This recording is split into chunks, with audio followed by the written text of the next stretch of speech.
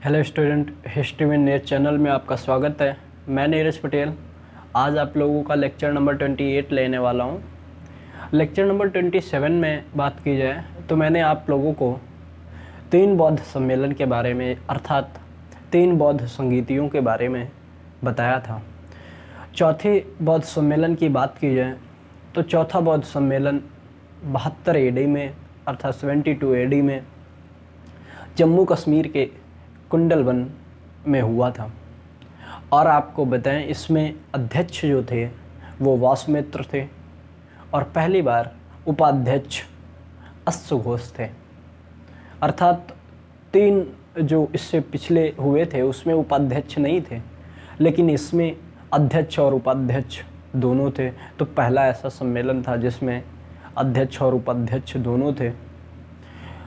उपाध्यक्ष की बात की जाए, अश्वघोष बुद्ध चरितम नामक पुस्तक लिखते हैं जिसमें बुद्ध की सारी घटनाओं का वर्णन है।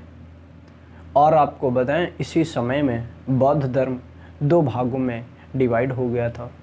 एक तो था हीनयान और दूसरा था महायान। हीनयान में हुआ ये कि हीनयान के अनुयायी होने के कारण, कम होने के कारण इसे छोटा पहिया हीनयान बोला गया, और महायान के अनुयायी अधिक होने के कारण इसे महायान बोला गया और महायान अर्थात बड़ा पहिया बोला गया। हीनयान के जो लोग थे ये मूर्ति पूजा पे विश्वास नहीं करते थे। कारण ये था कि गौतम बुद्ध के बताए सिद्धांतों पे हीनयान संप्रदाय के लोग चलते थे। लेकिन इसी के उलट महायान संप्रदाय के लोग जो क्या करते थे, भगवान मानते थे महात्मा बुद्ध को और उनकी मूर्ति पूजा करते थे। और हीनयान प्रवृत्ति के जो लोग थे, संप्रदाय के लोग थे, वो लोग इस पे विश्वास नहीं करते थे। महायान संप्रदाय की बात की जाए तो महायान संप्रदाय के लोग मांस मछली खाते थे, अर्थात हिंसा पे विश्वास करते थे। और हीनयान संप्रदाय के लोग जो विश्वास नहीं करते थे हिंसा पे, अहिंसा पे विश्वास करते थे। तो सबसे पहले हम लोग कुंडलवन के बारे में अर्थात चौथे बौद्ध संगीति या चौथे बौद्ध सम्मेलन के बारे में जान लेते हैं।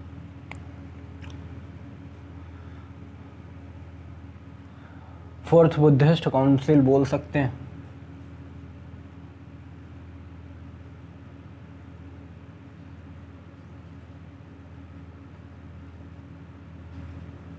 फोर्थ बुद्धिस्ट काउंसिल जो बोल सकते हैं। और फोर्थ बुद्धिस्ट काउंसिल में फोर्थ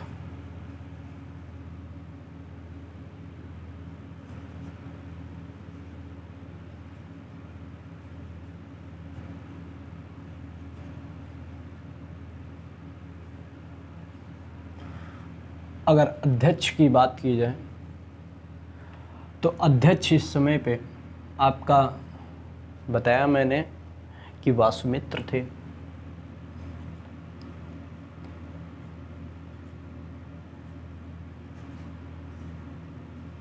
वासुमित्र अध्यक्ष थे।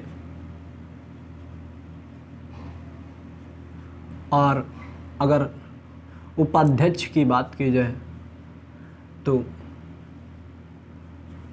अश्वघोष थे, ये उपाध्यक्ष थे। ऐसा बौद्ध सम्मेलन जिसमें अध्यक्ष और उपाध्यक्ष दोनों थे। अश्वघोष ने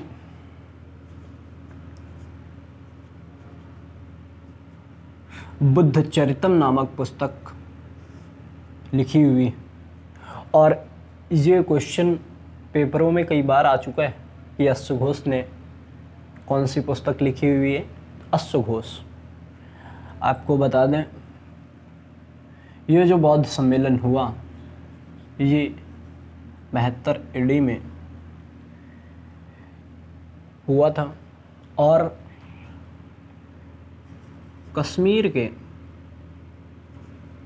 अर्थात जम्मू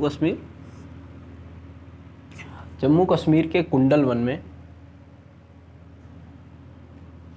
जम्मू कश्मीर श्रीनगर बोल सकते हैं, हाँ श्रीनगर बोल सकते हैं, ठीक है। तो श्रीनगर के कुंडल वन में, श्रीनगर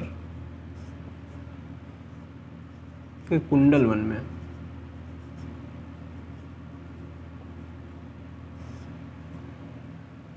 श्रीनगर के कुंडल वन में हुआ था। अगर इस समय राजा की बात की जाए तो कनिष्क था,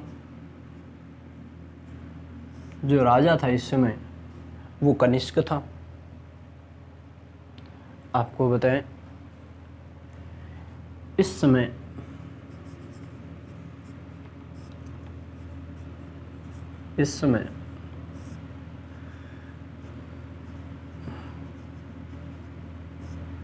बौद्ध धर्म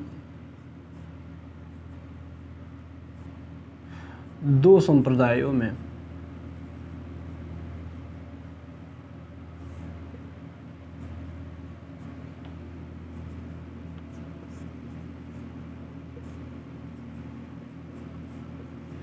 विभाजित हो गया। एक तो आपका हीनयान,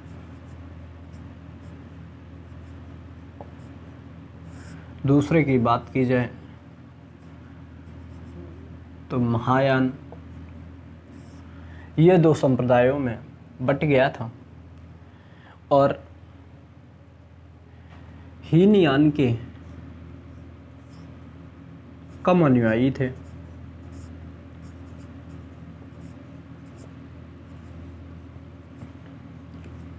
क्योंकि इसमें अहिंसा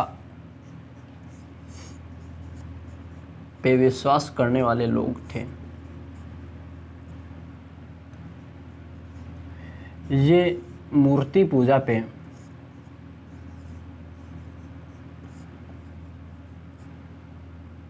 विश्वास नहीं करते थे, ठीक। आपको बताएं इसके बाद में इसी के जस्ट उलट महायान अधिक अनुयायी थे।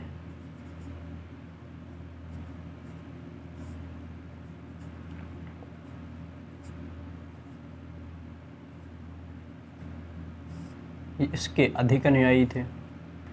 ये हिंसा पे विश्वास करते थे, अर्थात मांस खाते थे।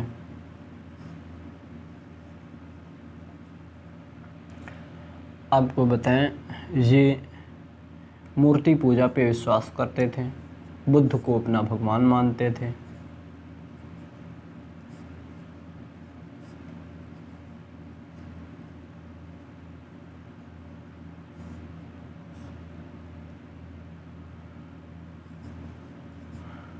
बुद्ध को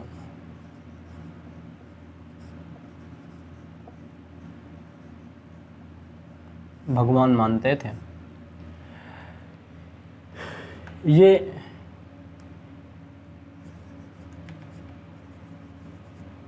बुद्ध के सिद्धांतों पर विश्वास करते थे।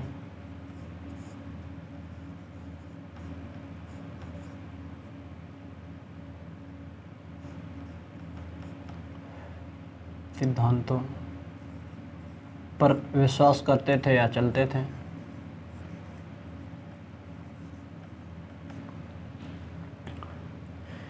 ये थे हीनयान संप्रदाय के लोग। अगर बात की जाए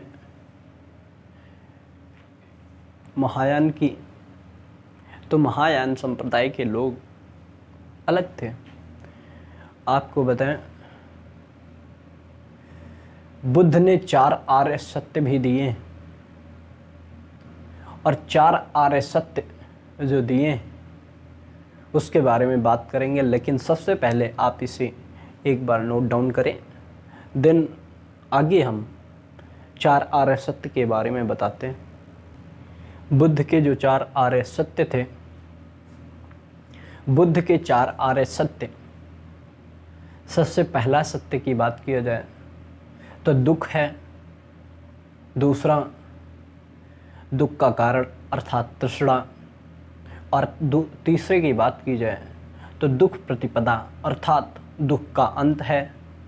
और चौथा, दुख प्रतिपदा अनुगामिनी अर्थात दुख अंत के उपाय।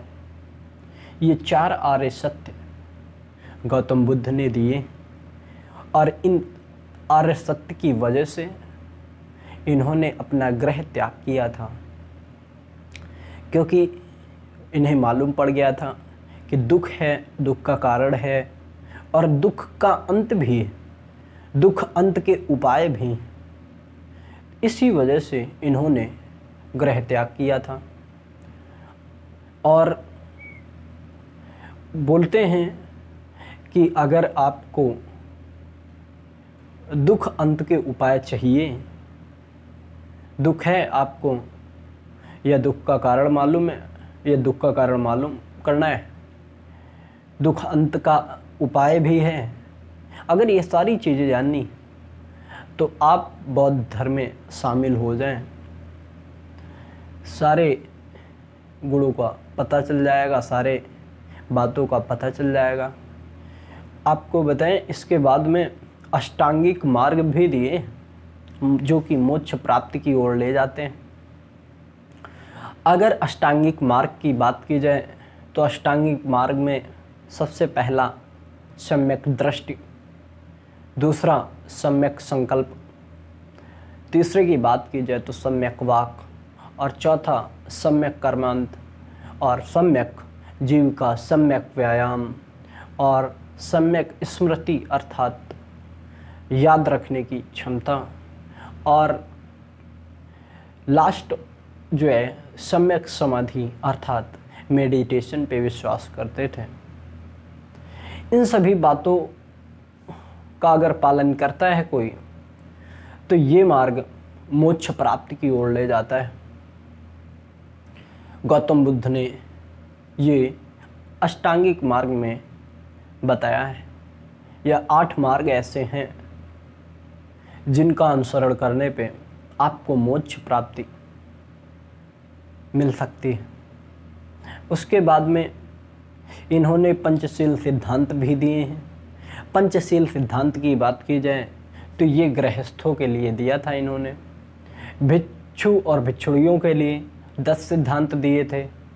लेकिन जो कि मैंने पिछले लेक्चर में बताए भी हैं। पंचशील सिद्धांत की बात की जाए तो पंचशील सिद्धांत गृहस्थों के लिए थे। सबसे पहला ब्रह्मचर्य, सत्य, अहिंसा, आस्तेय और अपरिग्रह, अर्थात ब्रह्मचर्य का पालन करें, सत्य बोलें, हिंसा पे विश्वास करें, हिंसा ना करें, आस्तेय अर्थात चोरी ना करें, अपरिग्रह धन को एकत्र ना करें। ये सारी बातें पंचशील सिद्धांत में बोली गई हैं।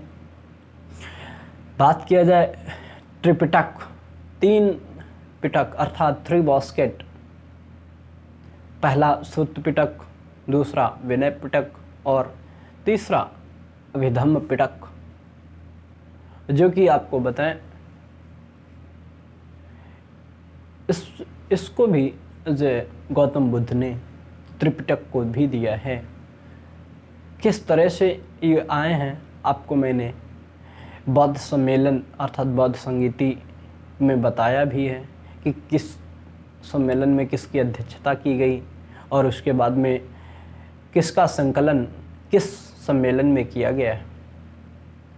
तो त्रिपिटक, श्रुत पिटक, विनय पिटक और अभिधम्म पिटक को बोला गया है। सबसे पहले बुद्ध के 4 आर्य सत्य लिख लेते हैं।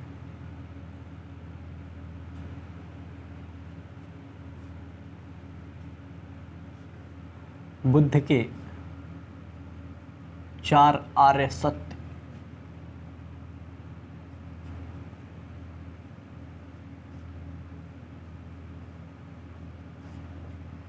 सबसे पहले सत्य की बात की जाए तो दुख है, दूसरे की बात की जाए तो दुख का कारण है,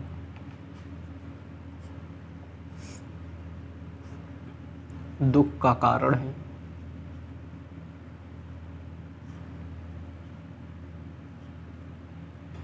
तीसरे की बात की जाए, इसे तृष्णा बोल सकते हैं।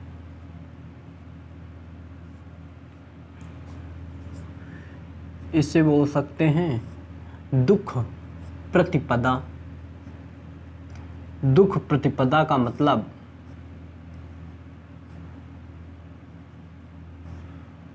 दुख का अंत है।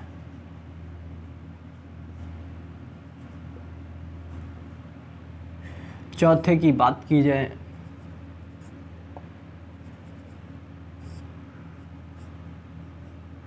दुख प्रतिपदा अनुगामिनी।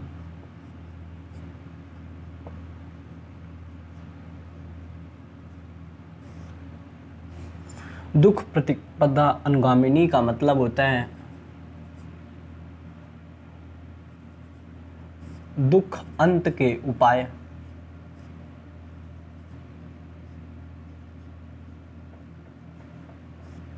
दुख अंत के उपाय, ये 4 आर्य सत्य दिए इन्होंने। और आपको बताएं, इन 4 आर्य सत्य की वजह से इन्होंने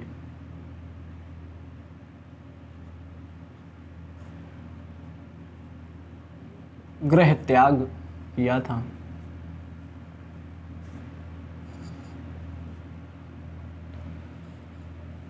इन 4 आर्य सत्य की वजह से उसके बाद में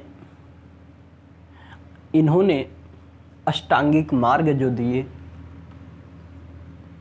उसके बारे में जान लेते हैं।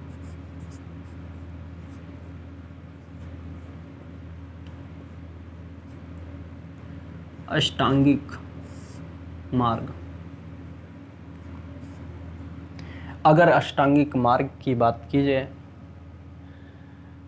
तो अष्टांगिक मार्ग आपको मोक्ष प्राप्ति की ओर ले जाएंगे। मोक्ष प्राप्ति हो सकती है।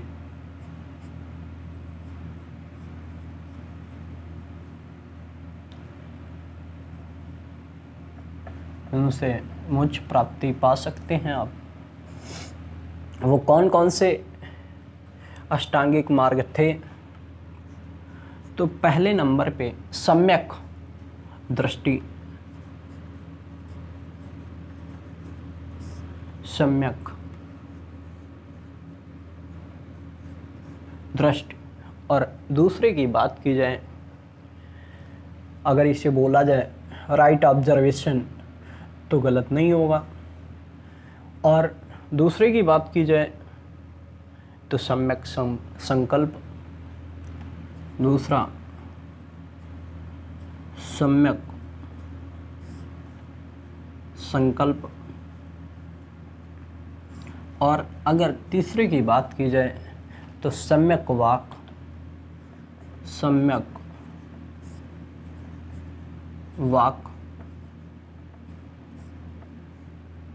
और अगर चौथे की बात की जाए तो सम्यक कर्मांत।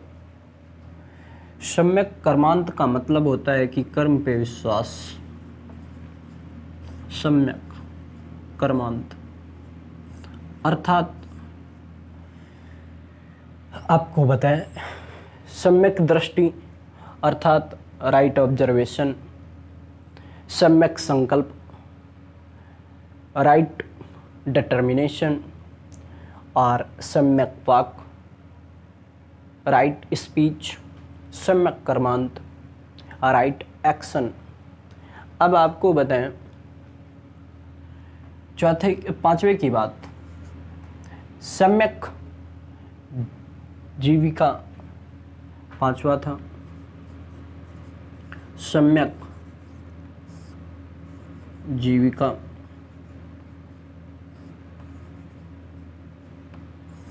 छठे की बात की जाए तो सम्यक व्यायाम था। सम्यक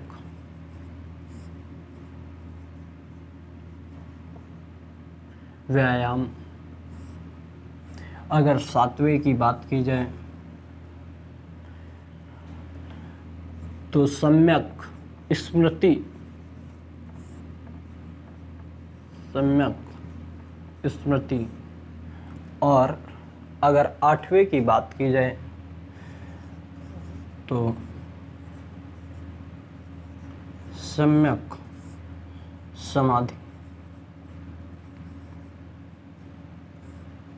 अर्थात सम्यक जीविका को राइट लाइवलीहुड बोल सकते हैं और सम्यक व्यायाम को राइट एक्सरसाइज बोल सकते हैं। उसके बाद में अगर सम्यक स्मृति की बात की जाए तो राइट मेमोरी और सम्यक समाधि को राइट मेडिटेशन बोल सकते हैं। ये अष्टांगिक मार्ग थे। अष्टांगिक मार्ग के बाद की बात की जाए तो इन्होंने गृहस्थों के लिए पंचशील सिद्धांत दिए। पंचशील सिद्धांत ब्रह्मचर्य था, सत्य था, अहिंसा, आस्तेय, अपरिग्रह। और आपको बताएं अष्टांगिक मार्ग में मैंने बताया सम्यक दृष्टि, सम्यक संकल्प और सम्यक वाक, सम्यक कर्मांत। ये जो सारे थे सम्यक जीविका, सम्यक व्यायाम, सम्यक स्मृति और सम्यक समाधि, ये सारे आपके अष्टांगिक मार्ग थे जो मोक्ष प्राप्ति की ओर ले जाते थे। तो सबसे पहले इसे आप नोट डाउन करें, देन पंचशील सिद्धांत के बारे में बताते हैं। मैंने बताया कि पंचशील सिद्धांत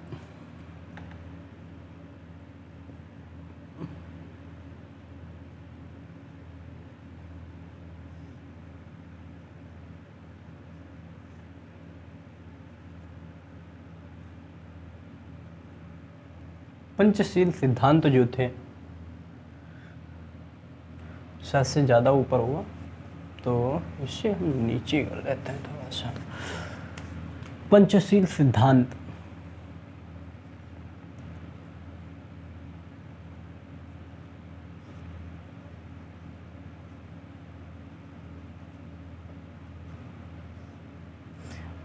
सिद्धांत जो दिए वो गृहस्थों के लिए दिए थे।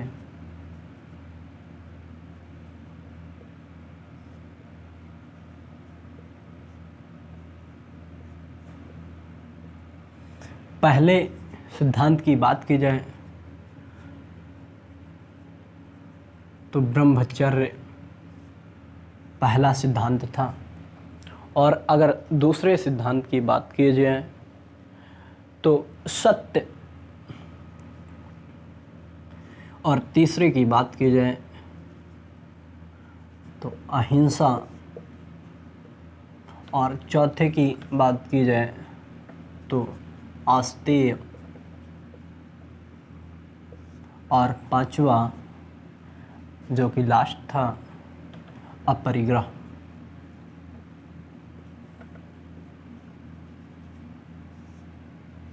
ये 5 सिद्धांत अर्थात पंचशील सिद्धांत गृहस्थों के लिए थे। भिक्षुओं के लिए जो सिद्धांत थे, भिक्षुओं के लिए 10 सिद्धांत थे। 10 सिद्धांत थे। और उसके बाद में इन्होंने त्रिपिटक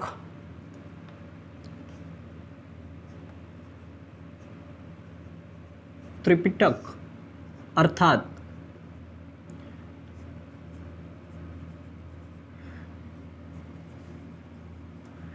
थ्री बास्केट, पहला तो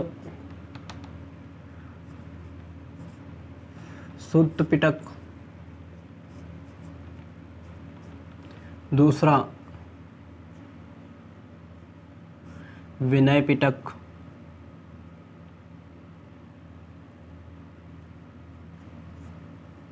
विनय पिटक, और तीसरा अभिधम्म पिटक।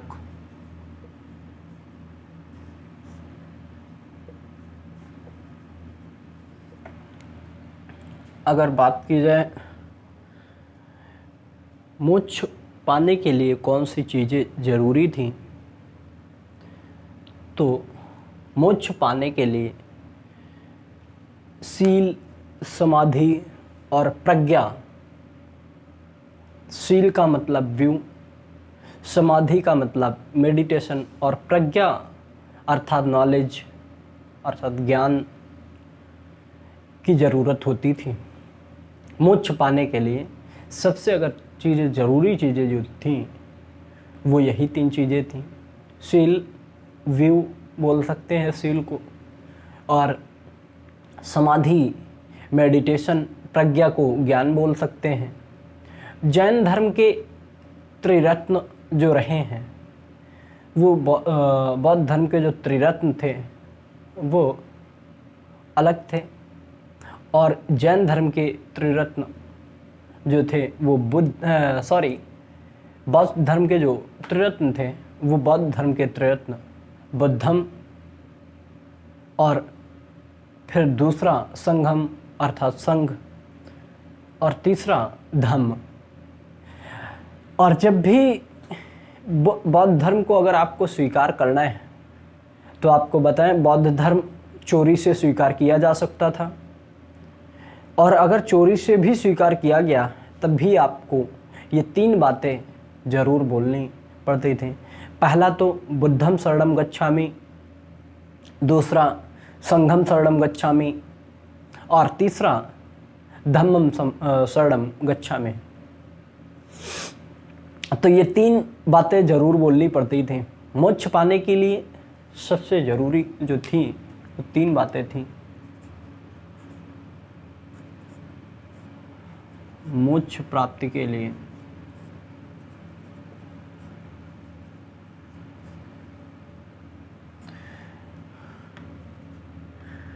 तीन बातें जरूरी थी।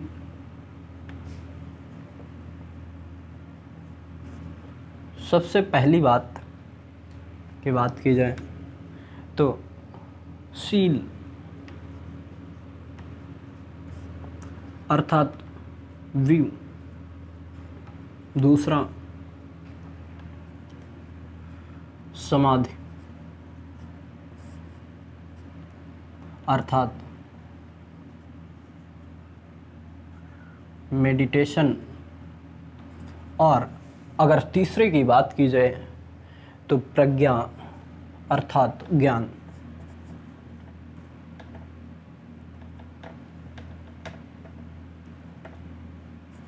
प्रज्ञा जिसे आप इंग्लिश में नॉलेज भी बोल सकते हो।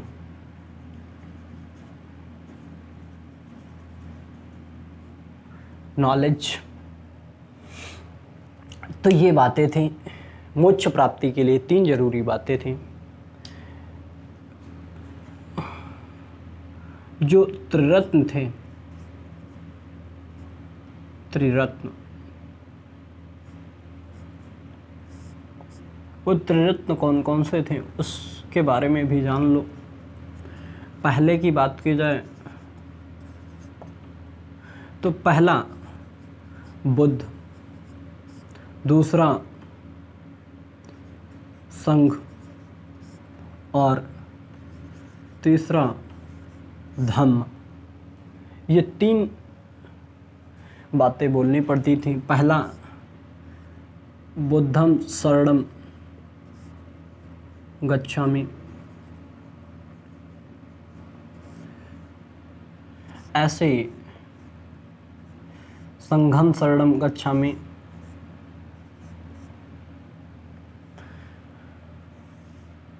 तो ये 3 बातें जरूरी थी। बौद्ध धर्म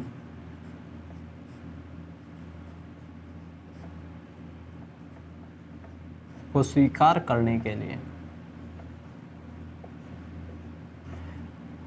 करने से पहले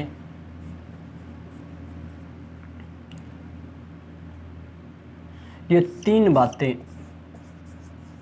बोलनी ज़रूरी थी। उसके बाद में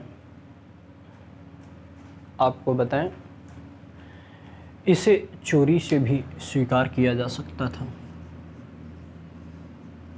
चोरी से स्वीकार किया जा सकता था, लेकिन जैन धर्म में ऐसा नहीं था। जैन धर्म में आप जैन धर्म को चोरी से नहीं स्वीकार कर सकते थे। इसमें शपथ दिलाई जाती थी इन शब्दों को बुलवा के। तो ये जो बातें थीं, इन बातों को छोड़ के अभी भी कुछ बातें रह गई हैं बौद्ध धर्म में।